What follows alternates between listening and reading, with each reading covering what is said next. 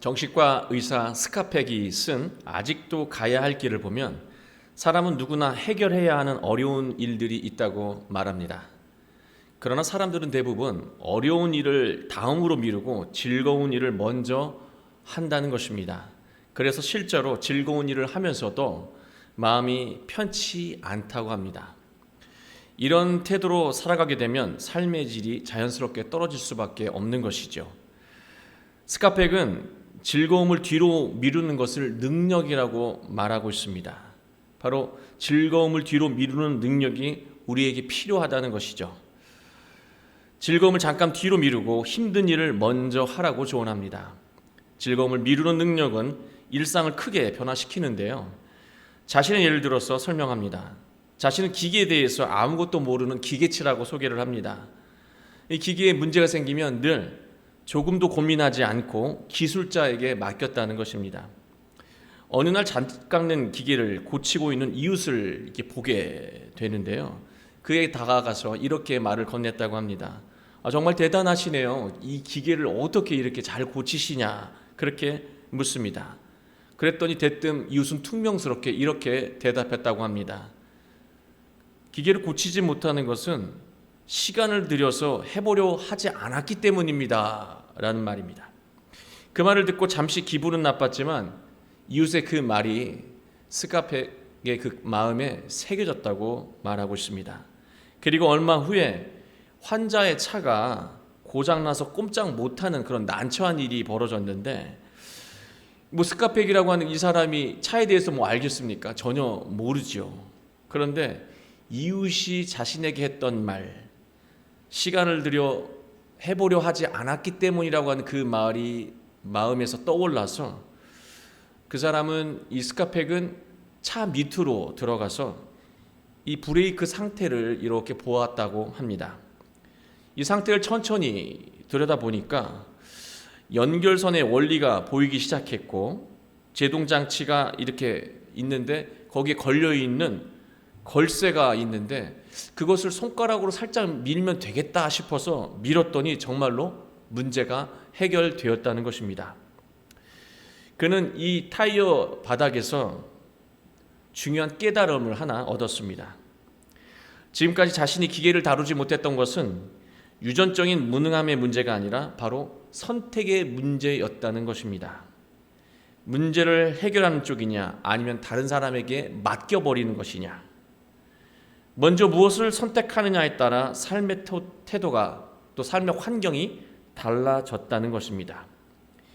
인생의 문제를 피하려 하지 않고 해결하기 위해서 기꺼이 시간을 보낼 마음만 있다면 어떤 문제도 해결할 수 있다고 스카펙은 우리에게 말합니다. 사람은 고통의 문제와 씨름하면서 내면이 성숙해지고 성장하기 때문입니다.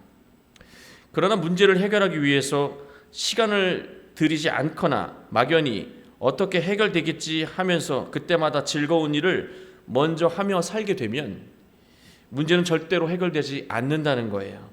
인생은 만성적인 혼란을 그대로 겪게 된다고 말합니다. 고통의 문제는 피하지 않고 직면하면서부터 해결되기 시작하는 것입니다. 저는 이 책을 읽으면서 애굽에서 탈출하고 광야 40년의 세월을 겪었던 그들의 고통이 조금 더 깊게 이해가 되었습니다. 하나님은 애굽에서 430년을 노예로 살아온 이스라엘 백성을 구출하셨습니다.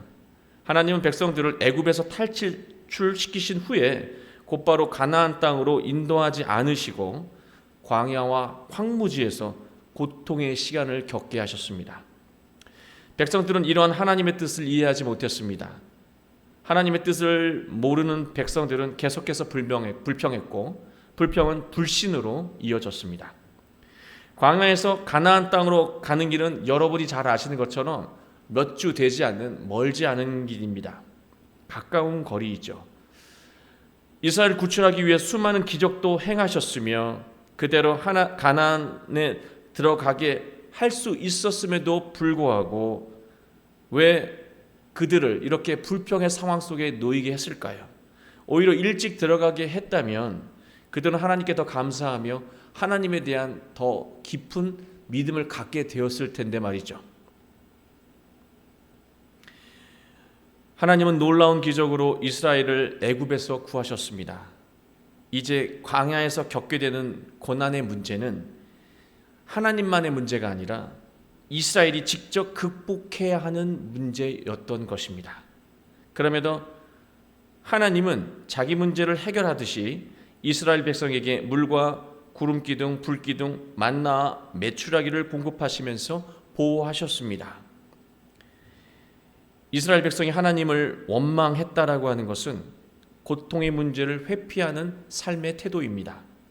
광야에서 자신들이 해결해야 하는 문제를 회피하고 있는 것입니다. 하나님이 문제의 원인이다. 잘 살고 있는 우리를 왜 끌어내서 하나님이 문제의 원인이다. 하나님이 그러니까 알아서 해결하시라. 이러한 삶의 태도가 문제였던 것입니다. 우리는 너 때문이다. 부모 때문이다. 동료 때문이다. 사회 때문이다. 그렇게 변명하고 원망하는 데 익숙해 있습니다. 그래서 나는 어쩔 수 없다. 그래서 나는 할 것도 없다는 것이죠. 이처럼 고통스러운 문제를 핑계와 변명으로 회피하게 되면 인생은 만성적인 혼란에서 벗어나기 어렵다는 것입니다. 광야의 문제는 막연히 하나님만 바라보며 무력하게 가만히 있을 일이 아니라 내가 직접 문제를 분석하고 극복해야 하는 것이었습니다. 백성들이 이것을 깨닫는데 자그마치 40년이라는 세월이 필요했던 것입니다. 출애굽 1세대는 광야의 문제를 40년이 지날 때까지 하나님의 문제라고 여겼고 모세의 문제라고 여겼습니다. 그들 때문이고 하나님 때문이라고 여긴 것이죠. 나의 문제가 아니라고 하는 거예요. 그래서 그들은 한 명도 가나안 땅에 들어가지 못했던 것입니다. 여호수아를 비롯한 2세대가 되어서야 하나님이 함께 하시면 광야의 모든 문제를 우리가 해결할 수 있고 적들과 싸워 승리할 수 있다고 고통의 문제 앞에 용기 있게 나섰고 문제와 적들을 해결하며 가나안으로 들어갈 수 있었습니다. 하나님은 이스라엘 백성들이 광야에서 고통의 문제와 직면하게 하셨습니다. 백성들이 극한 과정을 극복하려고 할 때 명령이 떨어질 때까지 아무것도 하지 않는 노예적인 사고에서 벗어나지 않는 한 참된 자유를 누릴 수 없다는 것을 가르쳐 주고 싶으셨던 것입니다. 노예적인 사고를 넘어서지 못한 채 가나안 땅에 설령 들어간다 해도 이스라엘은 실패할 수밖에 없었던 것입니다. 지금 우리의 삶의 문제가 해결되지 않고 어려움이 지속되고 있다면, 그래서 삶이 좀처럼 성장하지 않고 있다면 반드시 겪어야 할 어려움의 문제를 우리가 피하고 있는 것입니다. 이제 고통의 문제를 피하지 않고 시간을 들여서 해결하겠다는 결단을 했습니다. 자, 그렇다면 우리가 결단을 하고 문제 앞에 나아가고 시간을 들인다는 결단을 하면 해답을 우리가 저절로 찾을 수 있을까요? 그렇지 않습니다. 이웃의 말을 마음에 새겼다가 그 문제의 상황 속에서 떠올렸던 스카펙처럼 하나님의 말씀이 마음에 새겨져야 합니다. 그래야 그 하나님의 말씀이 중요한 순간에 우리의 모든 문제를 정확하게 보게 하고 또 문제를 해결할 수 있는 길을 찾아갈 수 있는 힘을 준다는 말씀입니다. 그래서 우리는 하나님의 말씀을 먼저 문제를 해결하겠다라고 하는 마음과 함께 먼저 말씀을 묵상하고 되뇌야 하는 것입니다. 모세는 죽기 전에 이스라엘 백성을 모아놓고 권면합니다. 그런데 특이하게 모세는 말씀을 노랫말로 작사해서 전하고 있습니다.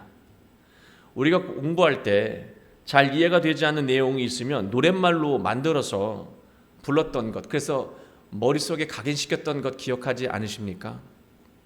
마찬가지입니다. 하나님의 말씀을 아무리 전해도 마음에 새기지 못하는 백성들에게 노랫말로 말씀을 전하고 있는 것입니다. 지금 이 상황은 모세가 죽음을 앞두고 전하는 말이에요. 노랫말로 전하면서 흥겹게 말씀을 전하는 것이 아니고요.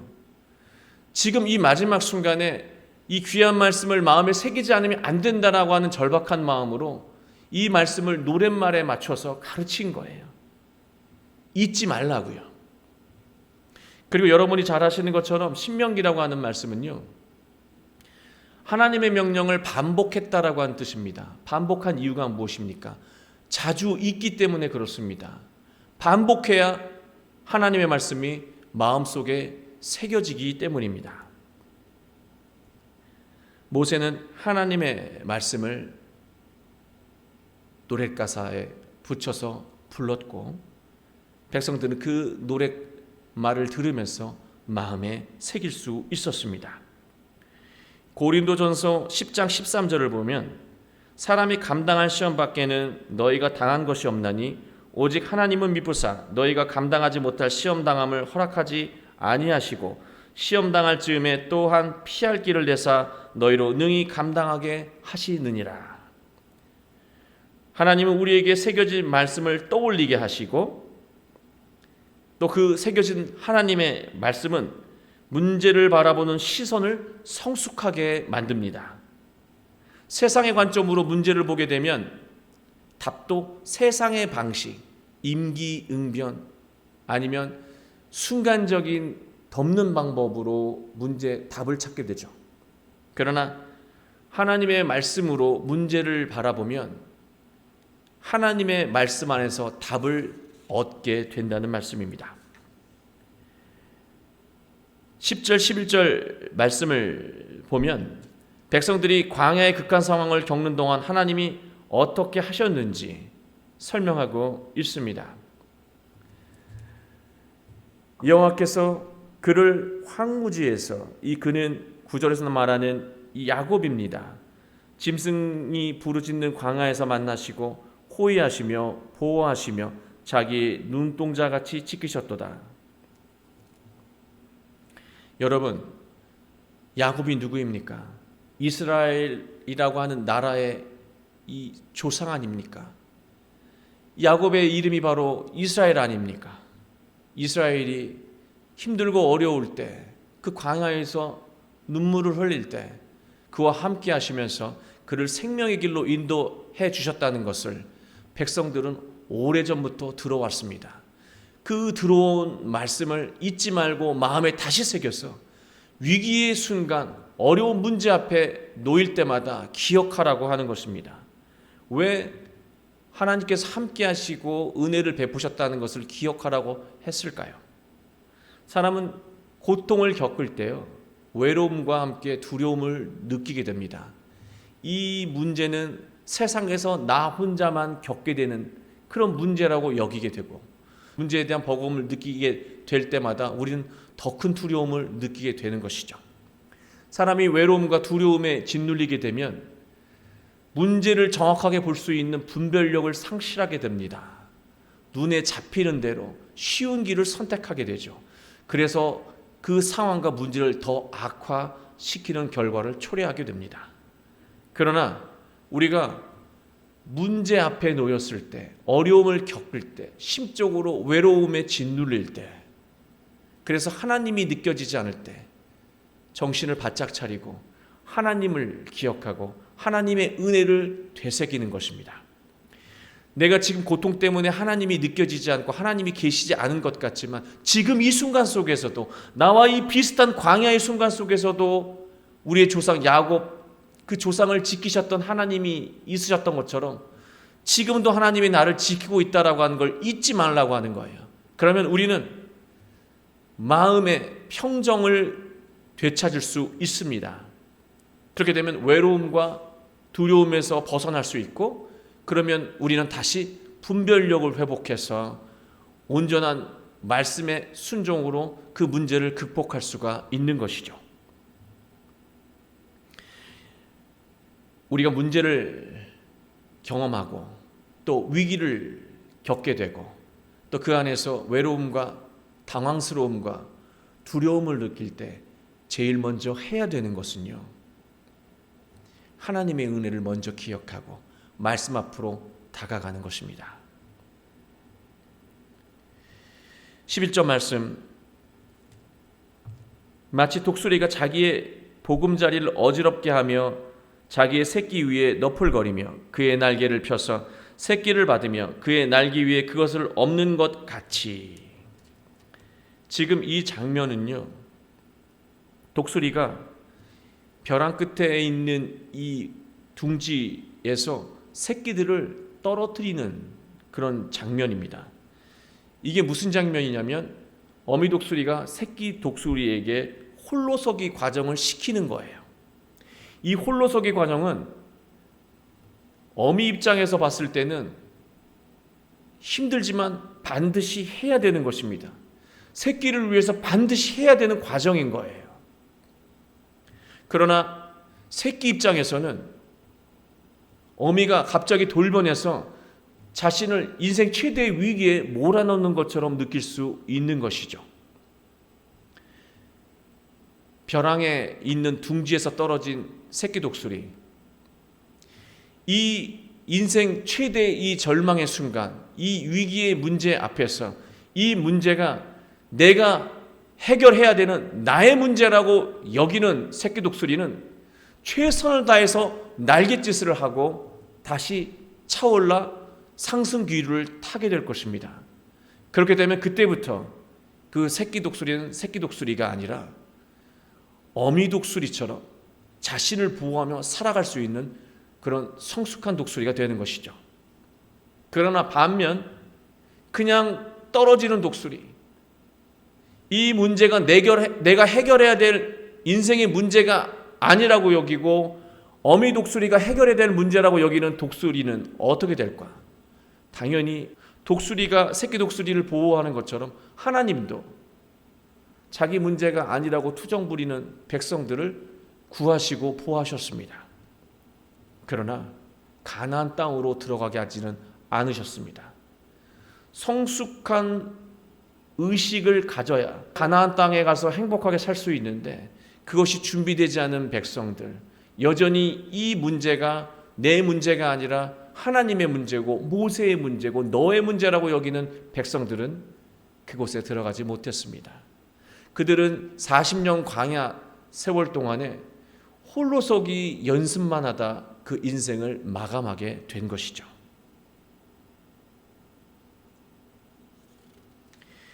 자기 몫의 고통은 피한다고 피해지는 것이 아닙니다.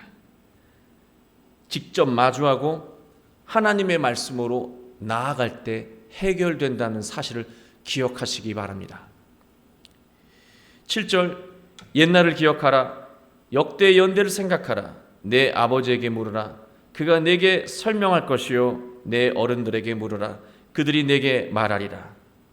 너희 부모들은 황무지와 광야에서 하나님을 원망하고 환경을 탓하며 고통의 문제를 내 문제가 아니라고 회피했지만, 그러나 지금 이 순간부터는 하나님의 말씀을 노래하면서 마음에 새기고 살아가라.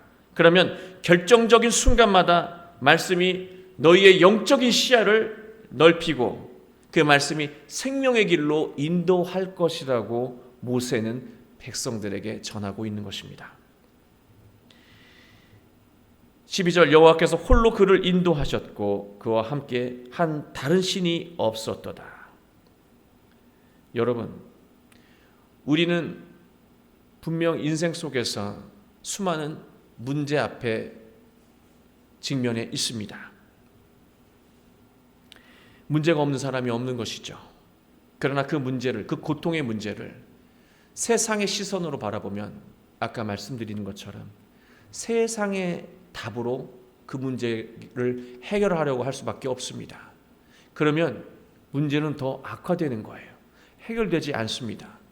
그러나 인생의 문제를 하나님의 말씀을 통해서 통찰한다면 우리는 하나님의 말씀으로 답을 얻을 수가 있는 것입니다. 그 답이 완전한 답이라고 하는 거예요. 오직 우리의 문제를 완전하게 해결해 주시는 분은 하나님뿐이라고 모세는 전하고 있습니다. 13절, 14절 노예의 이 상태로는 누릴 수 없는 복된 인생을 묘사하고 있습니다. 제가 여러분의 인생이 되기를 바라는 마음으로 13절, 14절 말씀을 읽어드리겠습니다. 여호와께서 그가 땅의 높은 곳을 타고 다니게 하시며 밭에 소산을 먹게 하시며 반석에서 꿀을, 굳은 반석에서 기름을 빨게 하시며 소의 엉긴 젖과 양의 젖과 어린 양의 기름과 밭산에서 난 숫양과 염소와 지극히 아름다운 밀을 먹이시며 또 포도즙의 붉은 술을 마시게 하셨도다. 너무나 풍요롭습니다.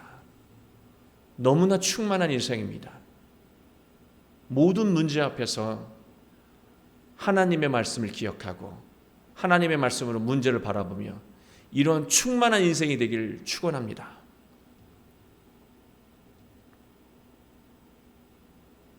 하나님 우리에게 고통의 과정을 주시는 이유는 우리가 고통의 과정을 통해서 성장하기를 바라시기 때문입니다. 사람은 자기 문제를 극복할 때 성장하고 발전하며 참된 행복을 누릴 수 있습니다. 학생이 즐거움보다 공부에 먼저 시간을 투자한다면 학업의 문제가 해결되어 인생의 기회가 더 많아지는 복을 누리게 될 것입니다. 직장인이 즐거움보다 고단한 자기 업무에 집중한다면 일의 능률이 높아져서 성취감을 느끼게 되고 동시에 자신감도 느끼며 삶의 질이 높아짐을 경험하게 될 것입니다.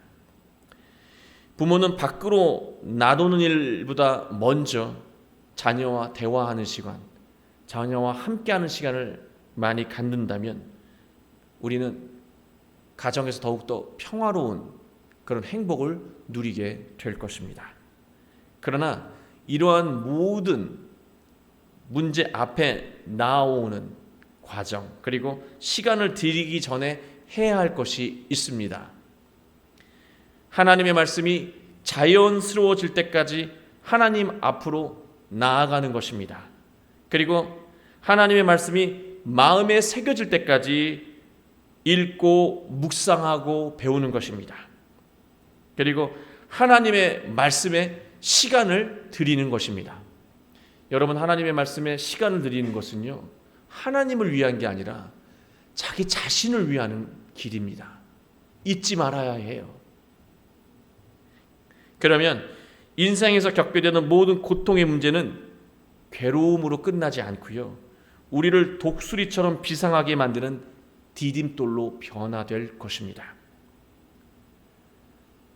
우리는 수많은 문제 앞에서 살아가고 있습니다. 그러나 그 문제가 먼저 하나님 앞에 나아가고 또 하나님 말씀을 읽고 묵상하고 청정하는 가운데 모두 해결되어지는 복된 인생의 디딤돌로 변화되는 그런 아름다운 한 주가 되시길 주 예수 그리스도의 이름으로 축원합니다. 다 함께 기도드리시겠습니다.